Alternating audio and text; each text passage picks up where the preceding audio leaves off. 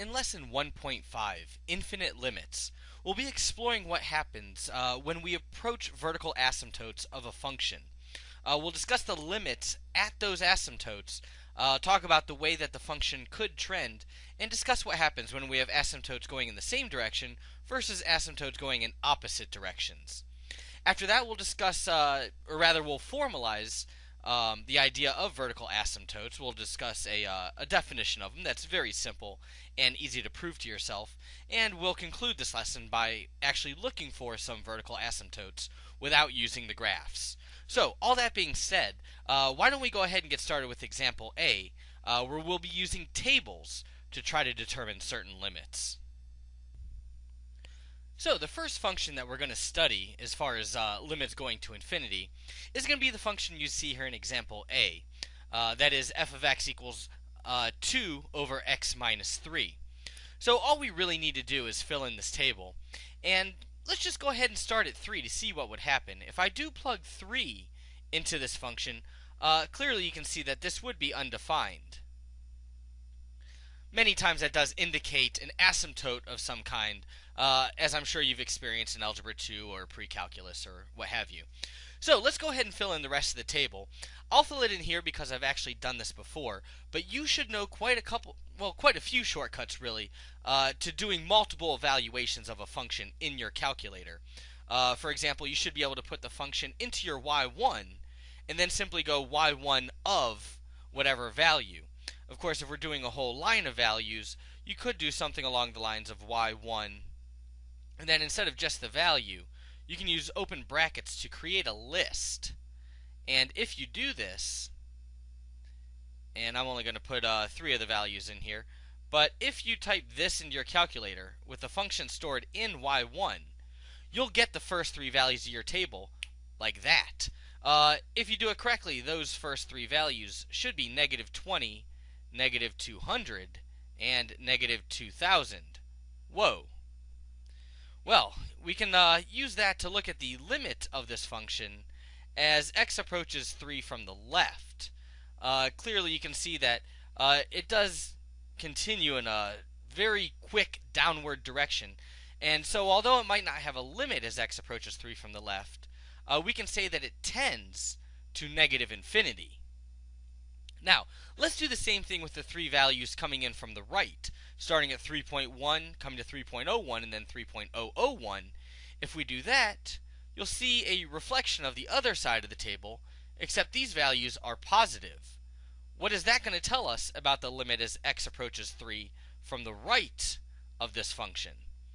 Well, again, the limit itself might not actually exist, but we can say that the limit certainly does tend to infinity. It is going up rather quickly. And so what is the limit overall of this function as x approaches 3? Not from the left, not from the right, but the limit as x approaches 3, period. Well, we've already discussed that if the limit from the left does not equal the limit from the right, then there is no limit. And in fact, that is the case here. This limit does not exist because from the left, in fact, if I were to graph this, which I certainly encourage you to do just so you can see what it looks like, from the left we're going to be decreasing quickly around 3, and from the right we're going to be increasing quickly around 3. I will go ahead and tell you there is an asymptote here if you couldn't already figure that out. But because the asymptotes are going in opposite directions, the limit itself does not exist. Before we move on to the next example, I do want to point one thing out to you. You should at all times know, without needing to graph, what a function of this form would look like on a graph. Some constant divided by some first degree binomial involving x. And if it looks like this, you should always know what the graph looks like, what the limits would be from the left and right, all that good stuff.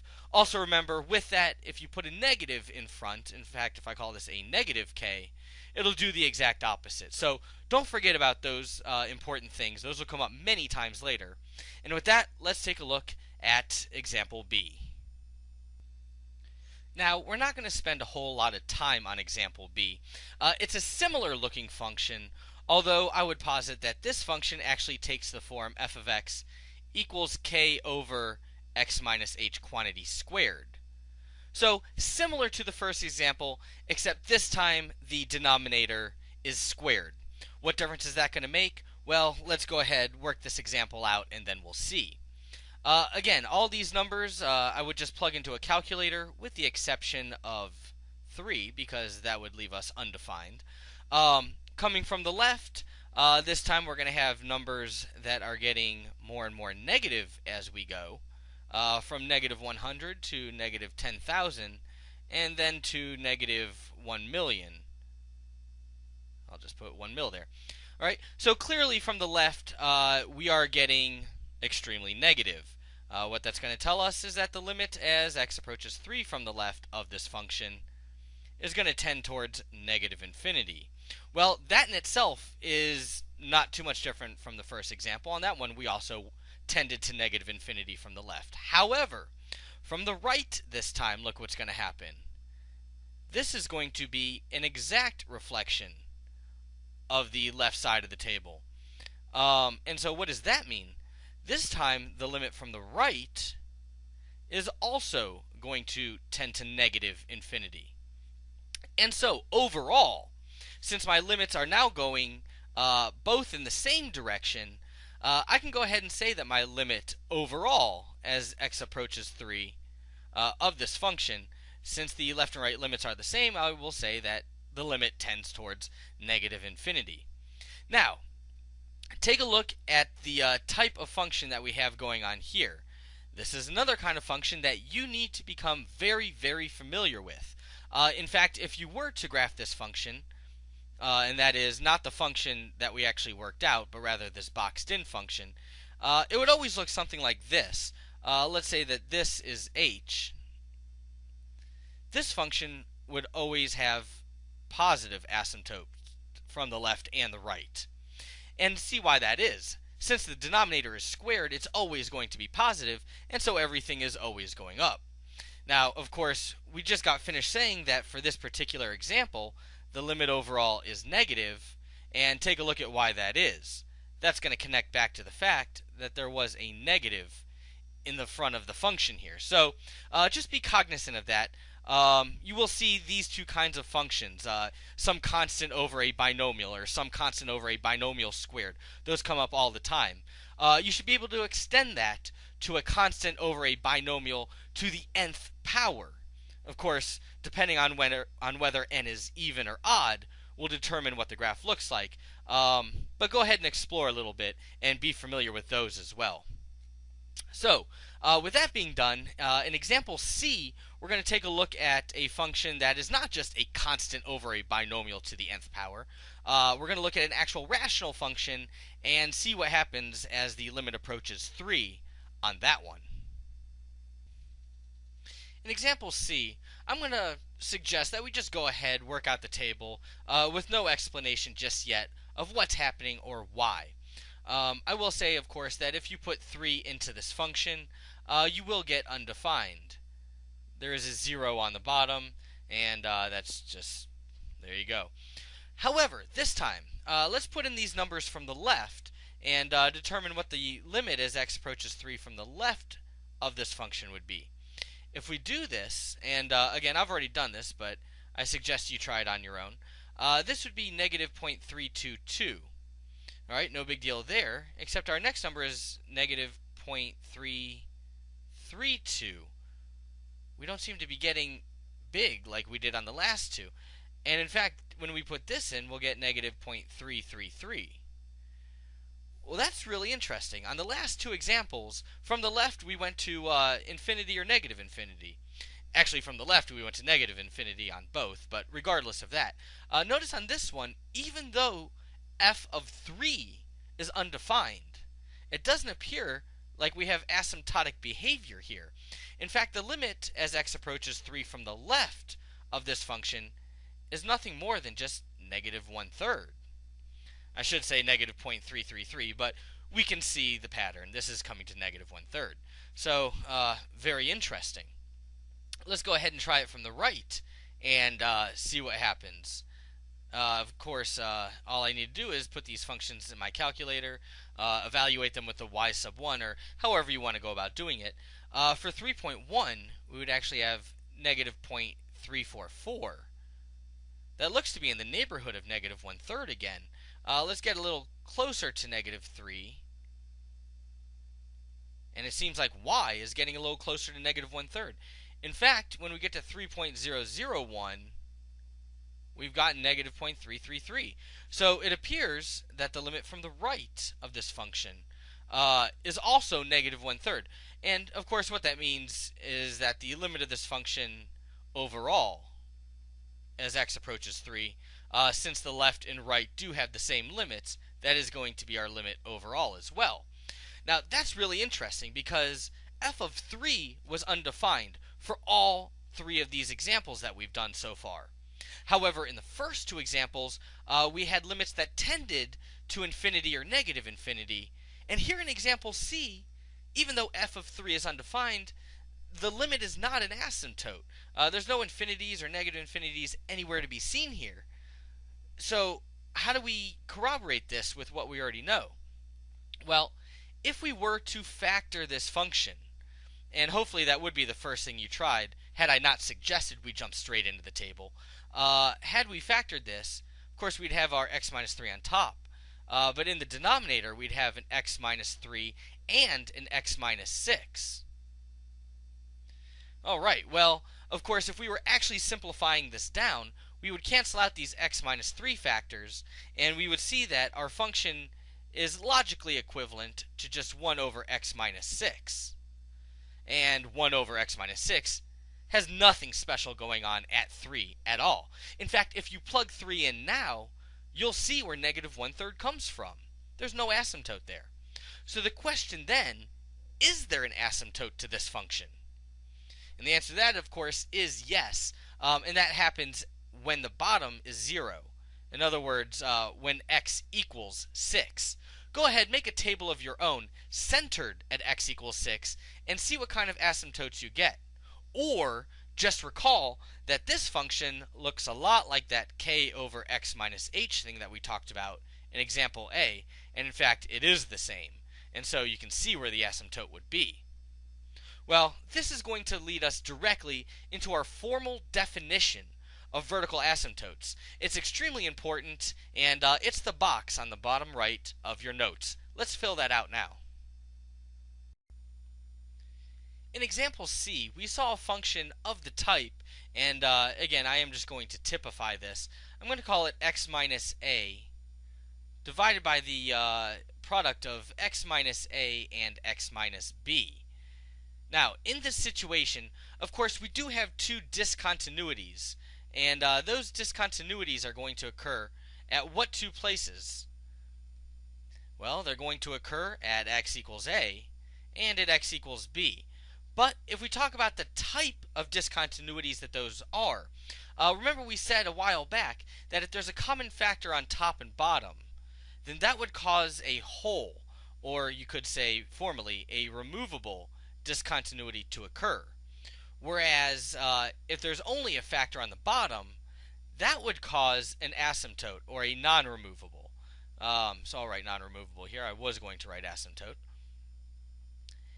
And that's going to lead us to our strategy for finding vertical asymptotes. If we have a rational function of this form, there is a vertical asymptote at x equals c if two conditions occur. Clearly, g of c must equal 0. We have to have a 0 in the denominator in order to have a vertical asymptote. But we must also have the condition that f of c is not 0. Because if f of c were 0, then we would have the situation like x equals a, and that would be a removable discontinuity, a whole. Rather, when you have a 0 in the denominator but not the numerator, that's when you're going to get asymptotes. So, don't forget that, and let's use that knowledge real quickly in the next 4 examples. Example D should be considered a fairly easy example. We're trying to find the vertical asymptote of this function right here. Now clearly we have that the denominator is 0 in two cases. That's going to be if x equals 4 or if x equals negative 4. Both of those would give us a 0 in the denominator. However, as we saw from the box we just filled out, that doesn't necessarily mean that both of those are asymptotes. If we were to factor this function down, and this should be an easy factoring to accomplish, what we see here is that we have a common factor of x minus 4 on the top and bottom. What that tells us is that this would actually be a whole, or a removable discontinuity, while this x equals negative 4 would in fact be our vertical asymptote. Go ahead and graph it, see if that isn't the case, and once you're satisfied, let's move on to example E. Because example E has a square root in the numerator, most students are just going to say, I guess there's a vertical asymptote at x equals 4, because x equals 4 is where the denominator is 0. However, if you plug x equals 4 into the numerator and denominator, you're going to get 0 over 0. That is not a vertical asymptote. There is a whole, or a removable discontinuity at x equals 4, but we're looking for vertical asymptotes. So, because there's a whole at x equals 4, that means that this function has to somehow break down into having a common factor on the top and bottom. And clearly that common factor would be x minus 4. The question is, what's the other factor that must be present in the numerator in order for it to simplify into the square root of x minus 2? Well, that gets to be a little bit hairy. And if you want to, you can go ahead and divide x minus 4 divided by the square root of x minus 2. You could do that if you like synthetic or not synthetic, but if you like polynomial division.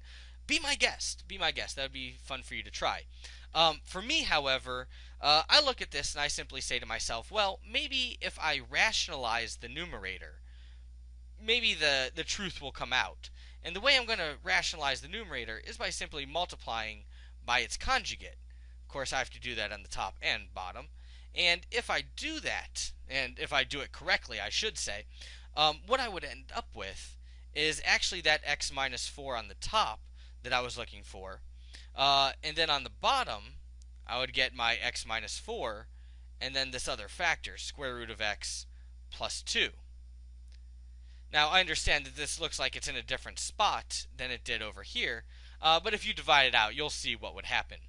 Anyhow, all this being the case, these two common factors are going to cancel out, and I see that my original function is logically equivalent to 1 over the square root of x plus 2.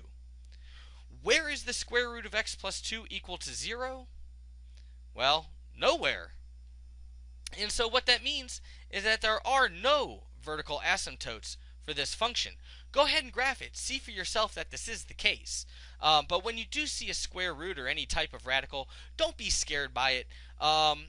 Just try different approaches and you'll eventually arrive at whatever is being looked for. So don't panic, I guess, is the moral of the story here. So now that we're not panicking, let's take a look at a function that it looks like we've seen before in example F. Hopefully by now, you're extremely tired of this function that we're exploring here. The function sine of x divided by x. We already know the limit of it as x approaches 0. We've done things where we've added k's to it and all kinds of ridiculous stuff. Anyway, let's take a look at it one more time because you can never be too sick of this function. Perhaps one of the funnest and most exciting functions we've seen yet. We're trying to look for vertical asymptotes, and of course that happens when the denominator equals 0. The denominator in this case just being x. But is that a vertical asymptote? Of course not, because at that point we get 0 over 0, and that indicates just a removable discontinuity. What we can say here is that there are no vertical asymptotes of this function. Of course, you should always remember what this function looks like, and I'm going to draw it again, even though you should already remember, but it's kind of like this, and it dampens as we get further out. And so, of course, you can look here and see that at the only place where the denominator is 0, there's certainly no vertical asymptotes. You can tell that from the graph, the algebra, the limits, or just your previous knowledge already so far. So, alright, now that you're sick of that function, let's take a look at one last example. You're not going to like it because it has trig, but if we simplify it, work it out, we'll be okay. Let's take a look at example G. So our last example appears to be a doozy, but I'm going to posit that it's really not that bad. If we want to find the vertical asymptotes of this entire function, rather than looking at the whole thing, tangent theta plus cosecant theta, let's look at them individually. Tangent of theta, which is also known as sine theta over cosine theta, will have vertical asymptotes whenever theta is equal to what? Well, if theta is equal to pi over 2, or 3 pi over 2, 5 pi over 2, all of these, and it keeps going. In fact, it looks like that there'll be a vertical asymptote anytime that theta is pi over 2 plus or minus pi n. And that is, of course, where n is in the set of all integers. So, there we go. That handles the first part of our function. It appears that we have vertical asymptotes at all of these places here. How about cosecant theta? Well, cosecant theta is better known as 1 over sine theta, and that will have vertical asymptotes whenever theta equals, let's see, 0, or pi, or 2 pi, or it appears any integer value of pi. In fact, let's go ahead and generalize that as just pi n, where again n is a member of the set of integers. So if we put all of this together, we have vertical asymptotes at all of these places. We have vertical asymptotes at all of these places. If we bring it all together, both of these are important, and so what we're going to say is that we have vertical asymptotes whenever theta is equal to, well, it's going to be when theta is equal to plus or minus pi n over 2. Of course, if n is 0, then we get 0. If n is 1, then we'll get pi over 2. If n is 2, we'll get pi. So they do alternate. If n is 3, we get 3 pi over 2, and so on and so on.